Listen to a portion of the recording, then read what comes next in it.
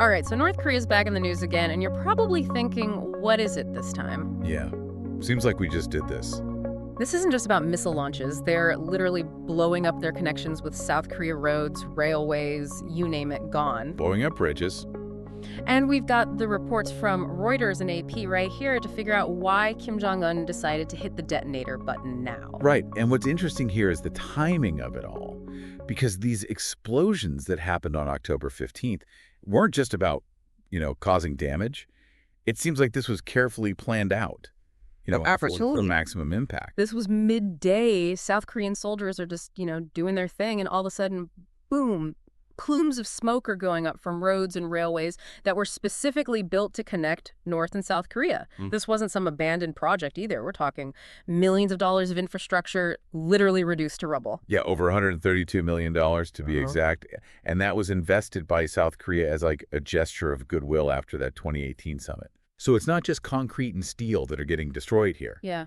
It was a very public display. Yeah. Of basically destroying any attempts at reconciliation. I mean, talk about adding insult to injury. There's actual footage of a road sign on the South Korean side that literally just says, goodbye.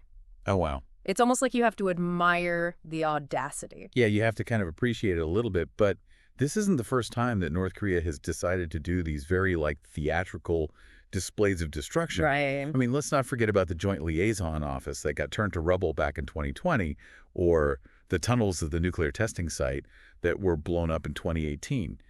I mean, even going back to 2008, there was a cooling tower that was demolished. So Yeah. the pattern of behavior can't be ignored. Yeah, it's like their go-to move is to make some kind of statement, but with a wrecking ball. But the big question is, why now? Why blow up bridges, literally and figuratively, at this particular moment? That's what everyone wants to know. And to even try to start to understand it, Yeah. I think we have to analyze what's being said by Pyongyang. And they are not mincing words. Let's just put it that way. No, they are not. Kim Jong-un comes right out and calls South Korea their primary foe. Not rival competitor, but enemy. That's a pretty clear signal, right? It's a big change from what they used to say, which was all about reunification. That was their thing for decades. Right. So for them to come out and say that South Korea is now their invariable principal enemy, Yeah. that's a really big deal. Yeah. I mean, it's one thing to cut off diplomatic ties, but this is like going on social media and saying this person's dead to me. Right. And it's not just talk either. This is... Actions speak louder than words. Right? Yeah. These explosions, along with other stuff they're doing, it really shows they mean business. Exactly. And if you look at the AP reports, they get into how North Korea is saying that South Korean drones have been entering their airspace and scattering anti-North leaflets. Yeah. Now, whether or not that's true Right. is something that analysts are looking into.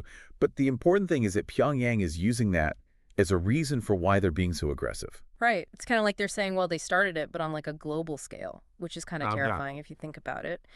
So what's the strategy here? What is Kim Jong-un hoping to achieve with all of this? Okay, so let's zoom out for a second. One idea is that this is all about making South Korea look weak on the world stage. Okay. Because if you make South Korea the enemy, then the U.S. has to talk directly to Kim Jong-un. They can't just go through South Korea anymore. So it's like they're trying to grab the microphone and be like, hey, if you want to talk, you got to talk to us. Exactly. And then there's also what's going on within North Korea. Yeah. Nothing brings people together like having a common enemy, right? Right. Especially if you can use that enemy to distract from problems that are happening at home. Oh, right. Our sources say that North Korea's economy is not doing so hot right now.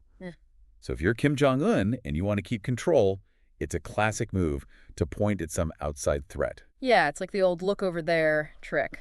While everyone is focused on the border, they won't notice what's happening in their own backyard. Exactly. And we can't forget about the bigger picture here either. Reuters is pointing out that North Korea and Russia are getting closer, which is making Western leaders pretty nervous. Right. So all of this could be a way for Kim Jong-un to say to Putin, hey, I'm on your side. I'm not going to be pressured by the West. So it's all connected then. You got regional power dynamics, internal stability, international alliances. It's starting to feel like a high-stakes poker game. Yeah. where if someone makes the wrong move, it could have some really bad consequences. And it's not just the poker players who should be worried, right? I mean, North Korea is literally talking about turning South Korea into piles of ashes, and obviously South Korea is saying, hey, don't try it or it's the end of you. I mean, Yeah. it's definitely got that edge of your seat feeling, doesn't it? Yeah, it's definitely unsettling to hear them talking like that. And I get why people are feeling anxious. Mm, But we've kind of been here before with North Korea, yeah. This whole brinkmanship thing where they use these really intense threats. It's like their way of projecting strength, even if they don't actually plan on following through. So are we saying that this is all just for show? Then is there any real chance that this could actually turn into something awful like another Korean War? It's really unlikely that they would launch a full-on attack against South Korea. I mean, the South Korean military, plus they've got the U.S. backing them up. That's a serious force.